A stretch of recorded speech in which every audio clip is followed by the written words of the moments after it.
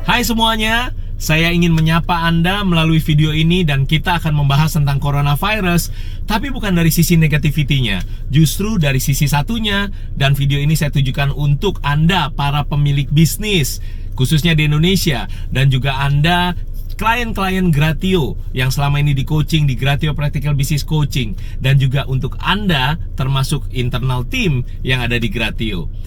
Jadi kalau kita normal, waktu kita mengalami semua ini, maka kita akan respons seperti orang normal, yaitu wow, ada berita negatif di sini, wow, bisnis kok customernya mulai sepi, wow, terus bagaimana, apa yang harus saya lakukan sama bisnis saya, wow, semuanya harus di rumah, kerja di rumah, ibadah di rumah, lalu kemudian sekolah di rumah.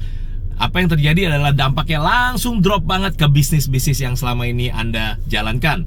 Dan yang menarik adalah akhirnya Anda akan respon seperti orang normal. Anda diam di rumah, lalu kemudian para karyawan basically mungkin euforia secara sesaat bahwa wow, bisa kerja di rumah. Lalu kemudian kita mulai lihat bahwa bisnis menurun drastis luar biasa. Customer mulai sepi, lalu kemudian kita berpikir bahwa oke, kita cut semua marketing activity kita cut semuanya karena kita tidak bisa melakukan apapun. Dan akhirnya kita di rumah, dan kemudian kita mulai berpikir Anda bisa melakukan yang namanya self-pity, mengasihani diri sendiri.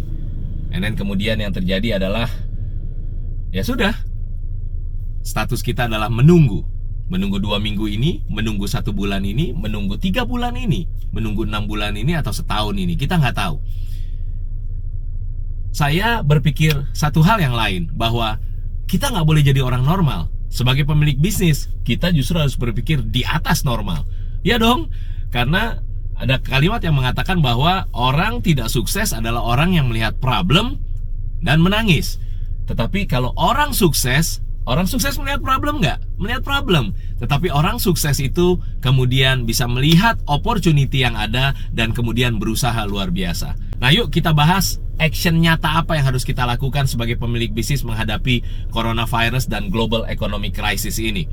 Now, saya mau bagikan ada 2 hal. Satu adalah apa yang harus kita lakukan dari hati kita, dan satu lagi adalah apa yang harus kita lakukan dari pikiran kita. Semuanya bicara mengenai action dan semuanya tentang konkret, oke? Apa yang harus pikiran Anda lakukan? Menurut saya ada 3. Yang pertama, sebagai pemilik bisnis, yang pertama, ini saatnya untuk fine tune produk atau jasa Anda. Ini saatnya untuk, kalau di Gratio kita sebutnya FF, yaitu feed forward, saling feed forward. Apa produk atau jasa kita yang harus kita fine tune, kita perbaiki lebih baik lagi, sehingga bisa diterima oleh dunia yang saat ini sedang krisis, ya bahkan dicari oleh dunia yang sedang krisis. Yang masih di nomor 1, Anda mungkin harus kaizen, continuous improvement. Apalagi yang bisa diimprove. Sudah baik produk atau jasa Anda, tapi bagaimana cara mengimprove-nya lebih baik lagi? Masih yang pertama, tapi poinnya adalah mungkin jangan-jangan kita akan ngalamin breakthrough. Produk atau jasa kita harus ngalamin breakthrough, karena dunia tidak bisa menerima lagi kalau situasinya seperti ini. Dunia terus berubah, dunia sedang berubah. Jadi kita harus breakthrough sehingga produk atau jasa kita bisa memecahkan masalah-masalah yang ada dan terus dicari oleh banyak customer. Itu nomor 1, fine tune your product. Yang kedua adalah kita harus keep active, finding and helping our customer and future customer. Dengan apa? Dengan fine tune produk kita, dengan fine tune jasa kita, dan kita harus terus bantu semakin banyak customer. Nah, jadi marketing budget kita harus terus on. Berarti kita harus terus marketing, kita harus terus bikin activity. Tentu yang masuk akal. Bukan berarti Anda terus kemudian bikin kerumunan rame dan sebagainya. Tentu kita harus tahu bahwa ini self distancing, dan kemudian kita tahu bahwa dunia sedang slowing down, tapi kita harus terus beraktivitas marketing. Oke? Sehingga bisnis kita siap untuk terbang lagi, atau bahkan sebelum musim ini berlalu kita udah siap terbang, bahkan kita sudah terbang.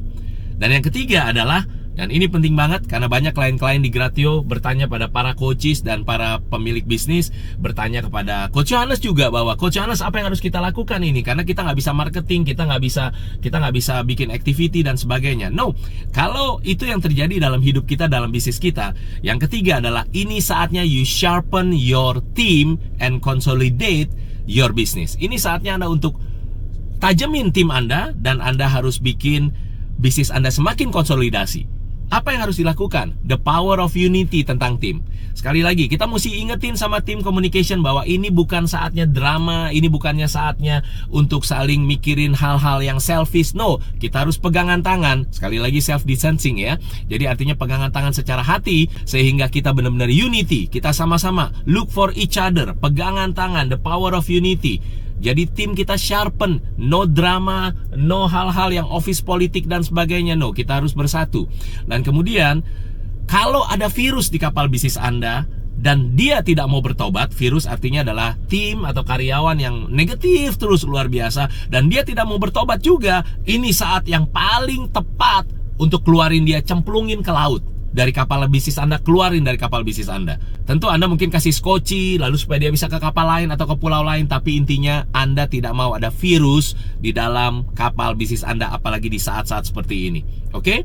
Nah, kemudian habis itu, ini saatnya Anda bisa consolidate. Anda mesti mulai pikir, selama ini bisnis Anda masih manual, bisnis Anda masih sangat-sangat belum autopilot. Semuanya masih Anda, semuanya masih Anda. Berarti ini saatnya kita mesti bikin sistem. Kita harus bangun sistem, bikin sistem di dalam, konsolidasi. Apa yang harus disistemize, apa yang harus kita lakukan sehingga kapal kita makin siap untuk autopilot. Karena begitu musim ini berlalu, kapal kita siap terbang dan makin cepat menuju autopilot dan profitable pastinya. Ya, jadi kita harus bikin sistem. Jadi kita harus siap untuk musim panas kalau ini saat ini adalah musim dingin. Nah, jadi poin dari Coach Yohanes G. Pauli adalah tetap kita harus take action. Anda bikin sistem yang selama ini nggak punya waktu untuk bikin sistem, Anda nggak bisa bikin SOP yang praktis, Anda nggak bikin KPIM untuk tim Anda, Key Performance Indicator and Monitoring, Anda belum punya semua hal yang harus Anda lakukan sehingga bisnis Anda ujungnya bisa bukan cuma profitable tapi autopilot. Anda belum melakukan itu. It's the time. Konsolidasi ke dalam, lalu buat kapal bisnis Anda siap sehingga begitu musim dingin berlalu, begitu kita masuk ke musim panas, kapal Anda udah siap jalan dengan luar biasa. Dan kita berharap bahkan di musim dingin ini pun bisnis kita terus berlayar dengan sangat baik, luar biasa. Nah, kalau Anda berpikir bahwa wah, dari hati apa yang bisa kita lakukan? Hati-hati, justru sebaliknya. Semuanya mulai dari hati. Semuanya mulai dari dalam. Oke? Ada 3 hal yang saya mau bagikan tentang yang bisa kita lakukan dari hati kita. Nah, yang pertama adalah kita harus tahu bahwa hati kita itu harus melakukan apa? Kita harus jadi passionate leadership. Bagaimana leadership kita? Ini saatnya Anda menunjukkan leadership Anda. Jadi kita nggak boleh di rumah dalam arti bahwa kita menunggu dan tidak melakukan apapun, kita tidak communication apapun, kita tidak kasih tahu ke tim kita apapun, kita tidak kasih tahu ke klien-klien kita tentang apapun.